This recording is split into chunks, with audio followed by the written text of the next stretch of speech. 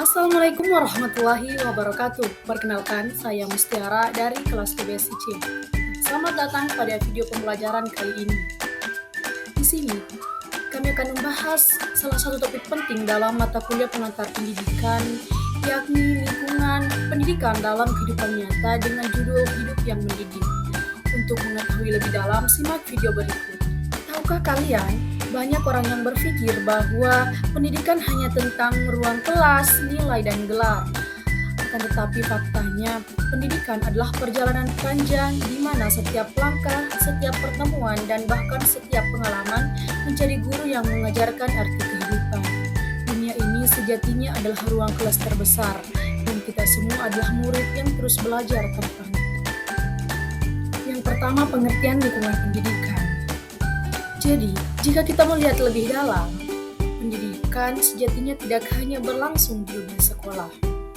Ia hadir di setiap aspek kehidupan manusia. Lingkungan pendidikan ini juga termasuk segala hal di sekitar individu yang mengaruhi proses belajar dan pembentukan kepribadian. Melalui lingkungan, seseorang memperoleh nilai, pengetahuan, dan keterampilan yang membentuk dirinya menjadi manusia seutuhnya. Setelah pengertian lingkungan pendidikan, selanjutnya ada jenis-jenis lingkungan pendidikan yang terbagi menjadi 3 poin. Pertama ada lingkungan keluarga. Kita mulai dari lingkungan yang paling dekat, yaitu keluarga. Keluarga adalah tempat pertama dan utama seorang anak belajar. Disinilah pendidikan moral, karakter, dan kebiasaan dasar terbentuk. Orang tua berperan sebagai pendidik pertama yang menanamkan nilai-nilai seperti kejujuran, disiplin, dan tanggung jawab. Misalnya, ketika seorang anak diajarkan untuk saling menghormati dan membantu, hal itu menjadi fondasi pendidikan sepanjang hidupnya. Yang kedua, lingkungan sekolah. Setelah keluarga, seseorang kemudian mengenal lingkungan sekolah. Sekolah merupakan lembaga pendidikan formal, tempat siswa mengembangkan pengetahuan, sikap, dan keterampilan. Guru berperan penting sebagai fasilitator yang membimbing dan memberi teladan. Di sekolah, siswa belajar berpikir kritis, bekerja sama, dan menghargai perbedaan. Selain itu, kegiatan ekstrakurikuler, diskusi kelas, hingga interaksi antar teman menjadi sarana pembelajaran sosial yang sangat penting. Yang terakhir ada lingkungan masyarakat. Nah, perlu kita ketahui bahwasanya lingkungan masyarakat ini sebagai ruang pendidikan yang lebih luas. Disinilah individu menerapkan apa yang telah ia pelajari di rumah dan di sekolah. Melalui masyarakat, seorang belajar berinteraksi, bekerja sama, dan memahami realitas kehidupan sosial. Contohnya, lewat kegiatan royong, organisasi, ataupun pelayanan masyarakat. Kita belajar arti tanggung jawab dan kepedulian sosial. Dari masyarakat pula kita belajar kedewasaan, empati, dan kemampuan beradaptasi dalam kehidupan nyata. Setelah jenis-jenis, kita juga perlu mengetahui keterkaitan antar lingkungan.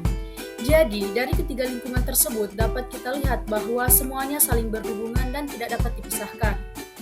Keluarga memberikan dasar moral, sekolah memperluas pengetahuan, dan masyarakat menjadi tempat penerapan nilai serta ilmu. Jika ketiganya berjalan seimbang, maka proses pendidikan akan menghasilkan manusia yang cerdas secara intelektual, berakhlak baik, dan memiliki kepedulian sosial yang tinggi. Ada pula tantangan pendidikan di era globalisasi yang tidak kalah penting. Di zaman globalisasi sekarang, pendidikan menghadapi banyak tantangan. Teknologi yang maju memang membantu proses belajar, akan tetapi juga bisa membuat siswa mudah teralihkan. Selain itu, budaya luar yang masuk dalam memengaruhi nilai dan karakter generasi muda.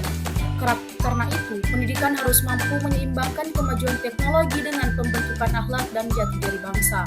Dengan kerjasama antar keluarga, sekolah, dan masyarakat, kita bisa menciptakan generasi yang cerdas, berkarakter, dan siap menghadapi perubahan dunia.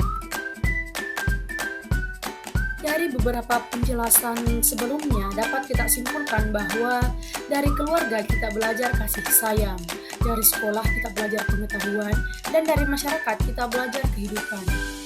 Oleh karena itu, mari kita jadikan setiap tempat sebagai ruang belajar dan setiap pengalaman sebagai pelajaran berharga. Sebab sejatinya, pendidikan terbaik bukan hanya yang tertulis di buku, melainkan yang tumbuh dan hidup di dalam diri kita. Sekian, Assalamualaikum warahmatullahi wabarakatuh.